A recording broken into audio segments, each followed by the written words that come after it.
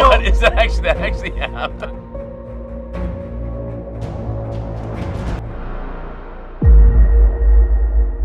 What's up, guys? It's your boy Benny. Elon Musk continuing his rampage as the world's most based African American.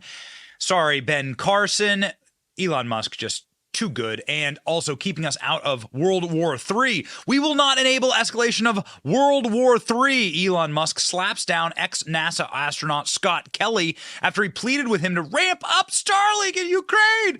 Please, we have to send all of our most sophisticated weapons over there in order to not start World War III. This is exactly how you start World War III. And these people are dead set on bringing us World War III because World War III means more money in their pockets. It means that your sons and daughters, or you, go off to die, not their sons and daughters. And it means that they can hopefully reconquer or reconstitute the world. The old colonial lines can be redrawn. They can take over Russia or China or whatever the hell they want to do. It's evil, it's wrong, and it means pain for you. And it means nothing but horrors for the rest of the world. And Elon Musk gets it. Ex-NASA astronaut Scott Kelly called out Elon Musk, the founder of SpaceX, for expanding Starlink internet service in Ukraine. Kelly made a plea on Twitter.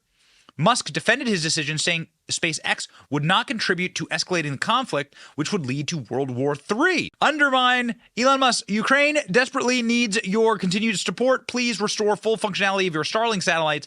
Defenses from genocidal invasion is not offensive capability. It's survival. Innocent lives will be lost. You can help. Thank you.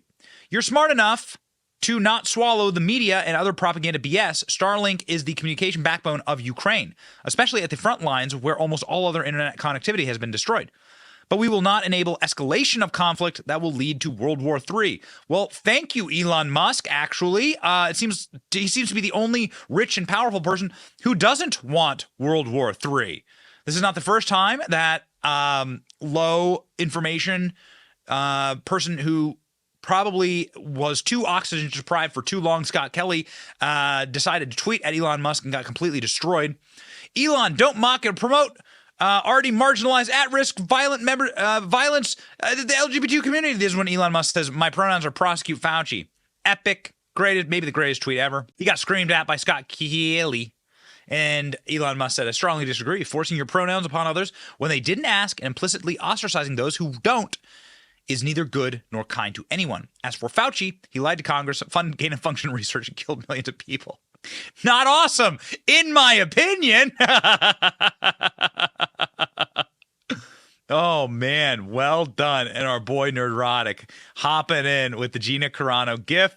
Tide is turning against wokeness, and Elon Musk says battles remain, but the tide is starting to turn on the mortal threat to civilization, the woke mind virus.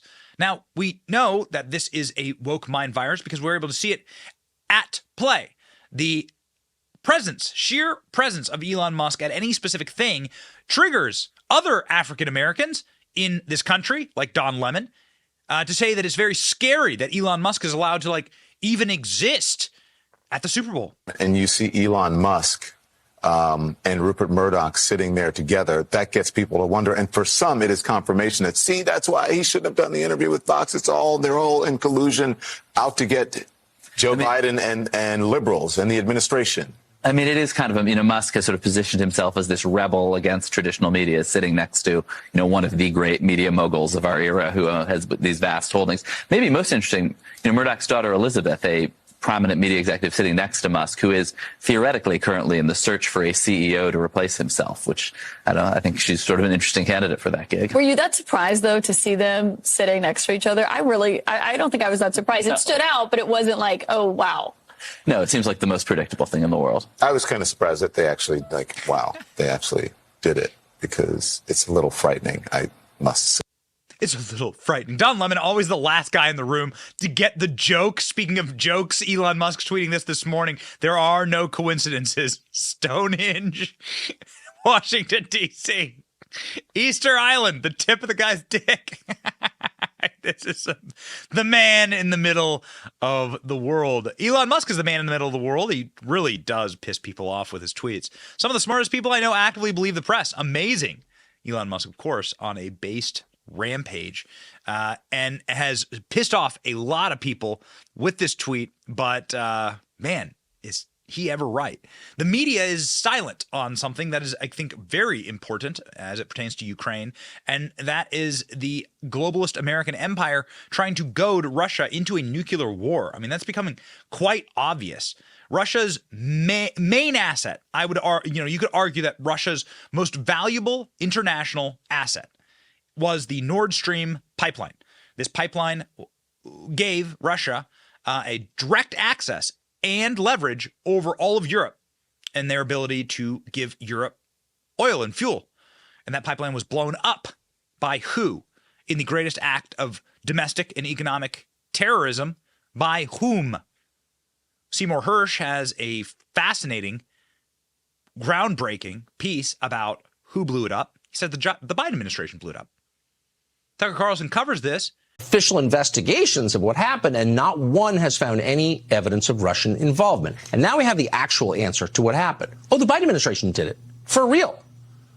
Investigative reporter Seymour Hersh, who's been around for more than 50 years, just wrote a piece on Substack that includes this, quote, last June, the Navy divers, U.S. Navy divers, operating under the cover of a widely publicized midsummer NATO exercise known as Baltops 22, planted remotely triggered explosives that 3 months later destroyed 3 of the 4 Nord Stream pipelines, according to a source with direct knowledge of the operational planning. Now, this piece continues. It's probably the most comprehensive news story you will read this year. Seymour Hersh on Substack, you should read it.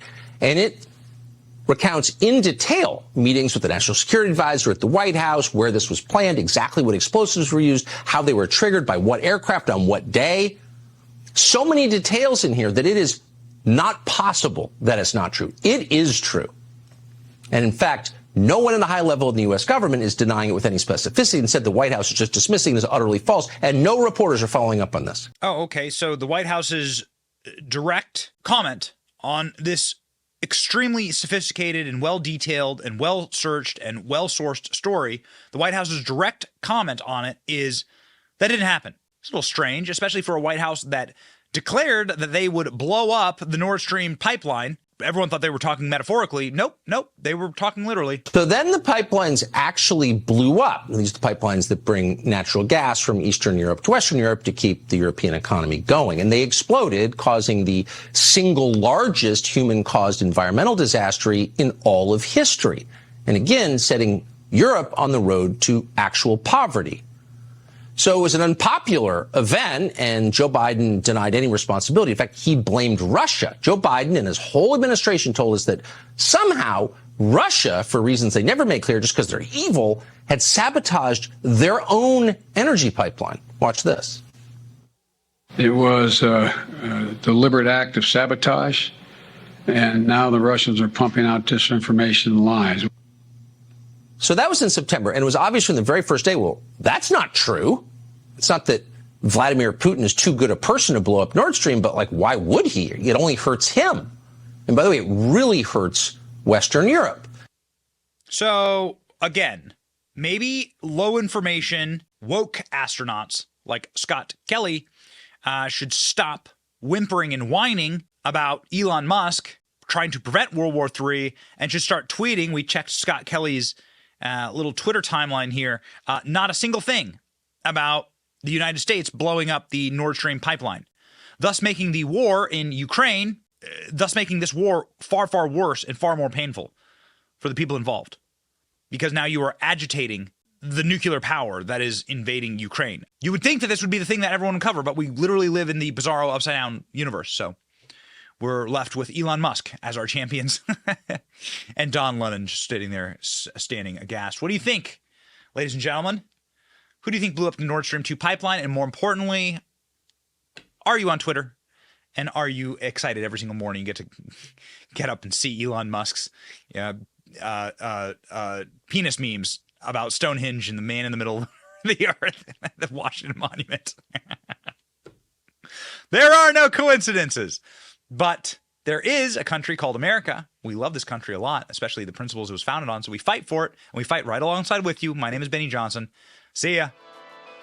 Thank you for watching. Our channel is here to meme the libs until they cry, and then to meme them crying. Their tears, they taste just like sweet, delicious ice cream.